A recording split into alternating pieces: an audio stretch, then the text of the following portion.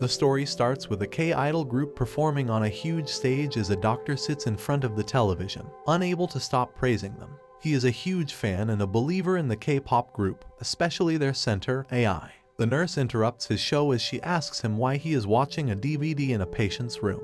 In defense of his actions, he tells her that observing something beautiful is good for her health. The nurse then accuses him of being a pedophile, as they were all just 16-year-olds. But the doctor replies that there is a backstory to his being a fan of 16-year-olds. A few years back, he had a patient who was a big fan of AI, and while talking to her, she proposed the idea of one being reborn as an idol kid and how it would feel. The doctor says that all this is not possible, to which the girl replies that she is cute enough to be an idol, and that she could live her dream when she discharges. Listening to this, the girl feels very happy and says that she loves him and that he should marry her. The doctor replies that it is not possible for now, but he would after she turns 16. Both the doctor and the girl agree to this, but she could never make it. She dies at the age of 12, and now the doctor feels like she sees her in AI. He supposes that he has superimposed AI, and the nurse listening says she understands him, but he is still a pedophile. Later that day, he goes to his chamber to look at a patient who was 20 weeks pregnant, and without even looking at the patient,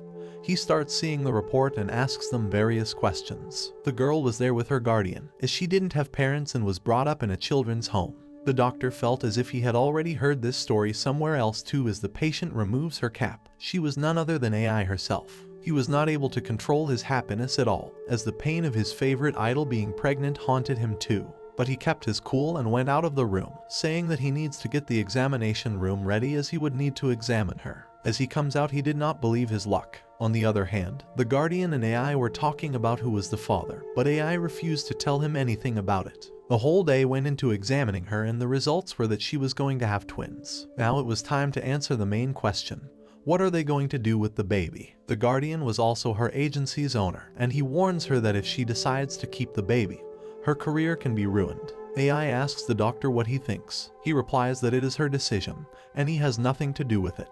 As he leaves the room, he goes to the hospital's lounge to grab a drink, where he sees the reaction of boys who found out that their idol is married and expecting. One of the boys brought up the idea of being reborn again, to which the doctor remembered the 12-year-old girl, and all the conversations he had with her got refreshed in his mind. He goes to the roof for some silence as he was missing her. After some time, AI comes to the roof and finds the doctor there. He tells her to go inside, as she assures him that she will be alright. When the doctor asks her about her decision, she replies that she plans on keeping the baby, and she wants to feel the happiness of a mother as well as an idol. She decided not to make it public either. The doctor listening to this agrees and says that he would take full care of her and would be there for her. After that, throughout the pregnancy, he stayed with her and helped her with everything he could do. 20 weeks passed, and they were expecting a delivery anytime soon. One night the doctor was going back from the hospital when the stranger confronted him.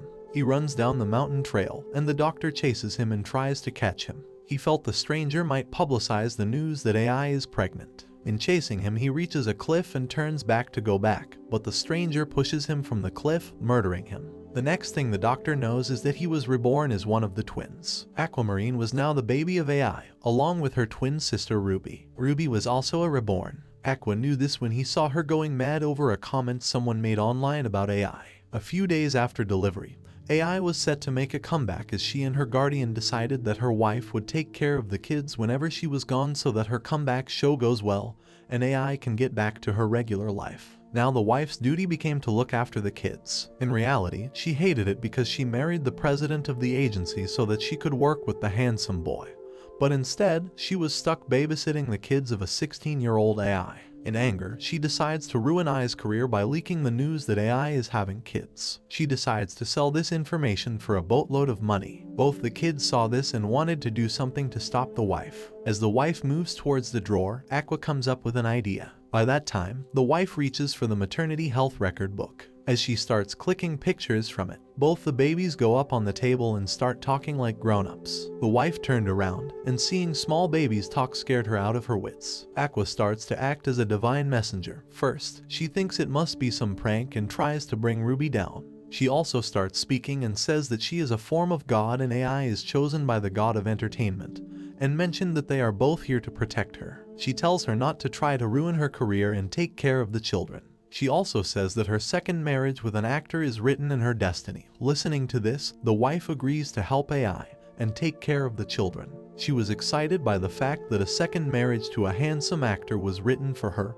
and started taking care of everything happily. That night, Aqua accidentally says the name of the 12-year-old girl from his previous life, Sarina-chan, and Ruby wakes up listening to it. A few months passed, and Komachi Group had a steady rise. But still, AI was not good enough. She asks the wife why the pay is less even when they were topping the charts, to which she replies that most of the cuts get distributed in production, distribution, and everything else. She says she wants to earn more because now she also has 2 kids and wants to give them a good life. After some time, she leaves for her practice. After she leaves, both of the kids go to her and ask why the agency is putting work into sales and marketing, to which she replies that they do, but there are a lot of factors involved in it. She needs something unique to stand out, and in that way, she would be able to earn more. The entertainment industry is tough. AI, on the other hand, wasn't feeling well that day and decided to stay out of practice and do some surfing through the internet. She finds a tweet where someone has said her smile looks fake, and reading it makes her feel sad.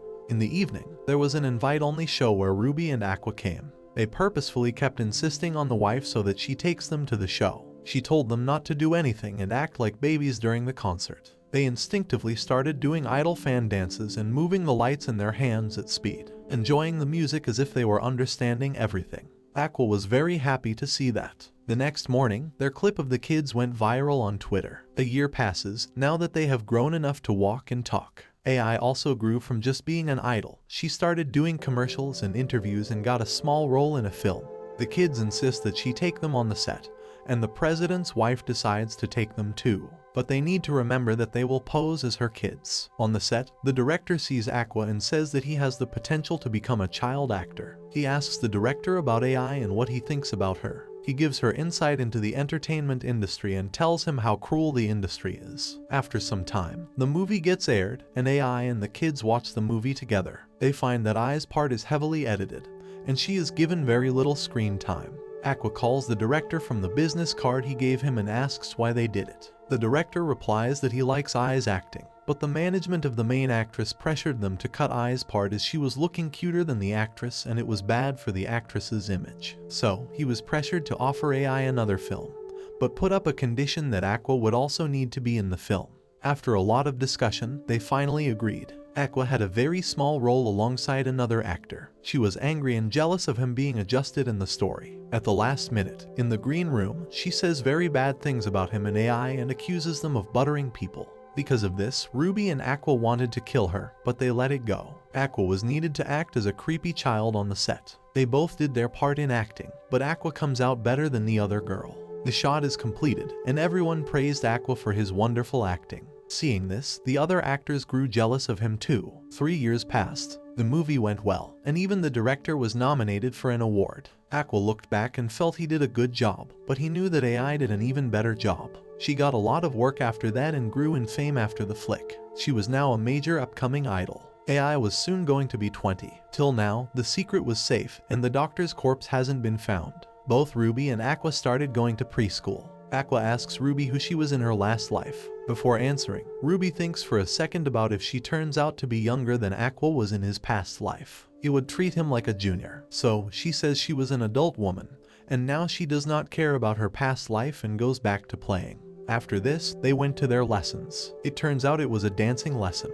The moment the teacher announces that it is a dance class, she runs out of the classroom and hides behind the tree. Aqua comes and asks her why she ran away, and she tells him that she is bad at dancing. She felt as if she was not made to do any kind of exercise. Aqua asks her if she's okay with not trying at all, as she has a long life to live. Ruby was Sarina-chan in her previous life and was very weak due to her disease. Most of her life was spent in hospital beds, and she couldn't do anything physical. This trauma was still haunting her. The next day, AI saw her trying to dance and told her to dance with her. She was falling again and again, continuously. As Aqua witnessed this, he told her to keep her confidence and her chest out, and she would be fine. Gradually, she started dancing effortlessly. She could finally move her body with grace and confidence. Aqua keeps an eye on her from afar and realizes she is good at acting, has a sense of dance, and has a beautiful face. AI tries to reconnect with her ex and begins asking him to come and see the kids once or twice. She thought about this when she once heard Aqua and Ruby talking about who their father was. She concluded that they needed to meet and see him.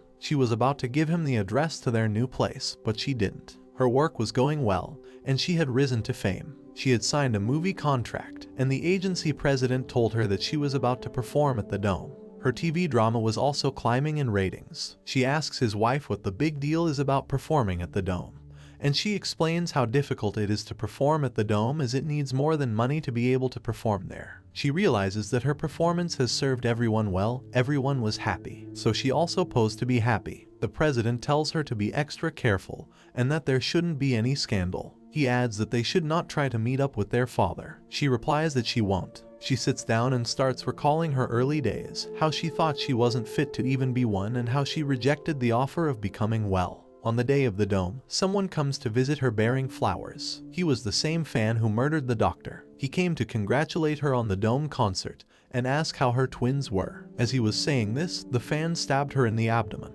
All the memories of her babies came to her. She unbalanced herself and went back. His fan asked her how it felt to be stabbed and told her that his pain was far worse. He was angry at her for having babies. He accused her of being a liar. Aqua comes outside the room. He shouts at her and tells her about how he feels. AI admits she lied to the fans and was dishonest. She further told him how she needed to lie as a part of her job. Listening to this, the fan couldn't say anything. He thought he would cry in pain, but instead, he started accepting what she did. The fan soon realized what he had done and left the scene. Aqua calls for an ambulance. He asked her how she let it happen. He told him that she let her guard down. She was bleeding heavily and blocked the door of the room. Ruby was on the other side of the door. She talks to her kids one last time and tells them how much she loves them and how much she wants to be there for both of them.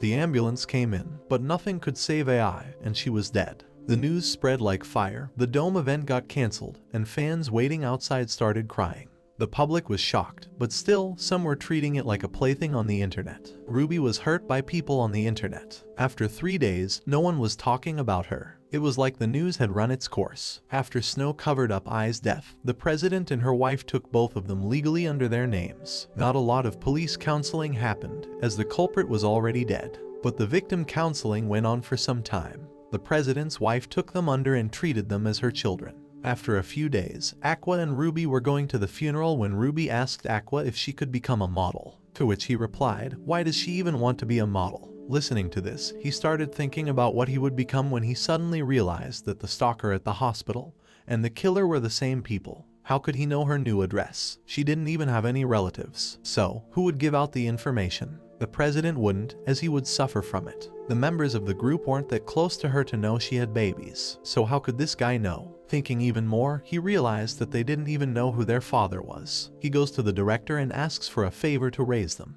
A few years later, both of them grow up and start high school, and Aqua is determined that it is time for revenge. Next, we see that auditions for idols are happening on a large scale. Ruby participates in the competition. She clears 2 rounds of the competition and is awaiting the results. She still hasn't told anyone that she is a child of AI. After years passed, she and Aqua started studying for high school entrance exams. But Ruby is focused more on being an idol, just like AI. On the other hand, Aqua started working under the director. The agency was run by Miyako, and they were no longer managing idols but instead managing internet personalities. Ruby was sitting with Miyako when she got a call from the audition department. She wasn't selected, because Aqua went to great lengths so that they would reject her application. Aqua did not want her to be an idol, as he was overprotective of her sister. The next day, as he was going on the road, someone approached Ruby and scouted her for an idol group. She came back and told everyone. Miyako asked if she even knew the idol group was legit and what the terms of her contract were. Ruby replies that she has been invited to their next concert.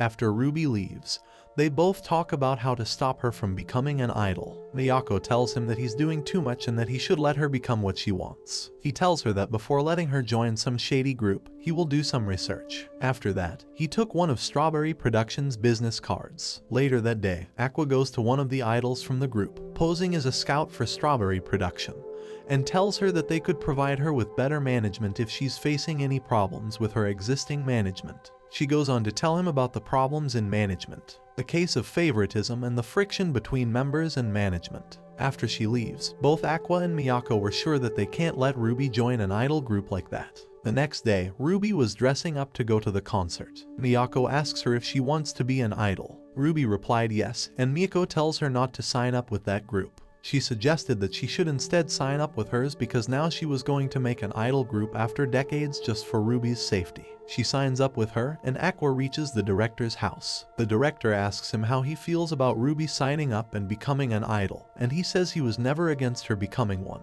He further asks him if he wants to start acting again, to which he replies that he doesn't think so and sits down to edit. While editing, he thinks that becoming an actor would be the quickest way for him to achieve the goal of his life, which is to find his father and kill him. Becoming an actor would give him contacts in the industry and would make it easier for him to get hairs of people to run DNA tests on them.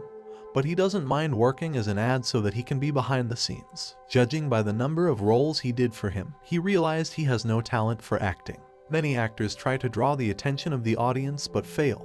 Besides, he has nothing as fascinating as her mother AI, and it is no good to hold on to goals that are beyond means. The director replies that he should not give up so early, and he was in the middle of a deep conversation when the director's mother interrupted them. After she left, he asked him why he still lives in his parents' house. He gave him the excuse that it was in a very good location and continued with his conversation. But he was sure in his mind that he did not want advice from someone who was living in his parents' house. But the director did say that Aqua wants to be an actor. It was written all over his face. Hearing this, he got a flashback of AI saying that he would be an actor. Aqua and Ruby both applied to UDU in high and middle school. It was the only school where you needed to be signed by a talent agency to apply for performing arts. The school was known for its performing arts. Ruby interviews for performing arts, and Aqua interviews for general education. The interviewers ask Aqua why he is applying to a school that only needs a standard score of 40 when he has a 70. He says that he is impressed by the charm of the school. Ruby and Aqua were waiting outside the interview rooms and were talking when a girl crossed in front of them. The girl heard the word Aqua and quickly turned back. She was none other than the child actress. Aqua once worked with her. She recognized Aqua and Ruby and was glad that she met them. She tells him that she is convinced that Aqua has applied for a position as a performer, and he replies that he hasn't applied for performing arts but for general education. She screams in surprise after hearing this. And that's it for the video. I hope you enjoyed it. Do subscribe and like this video. Thanks for watching. I'll see you in the next video.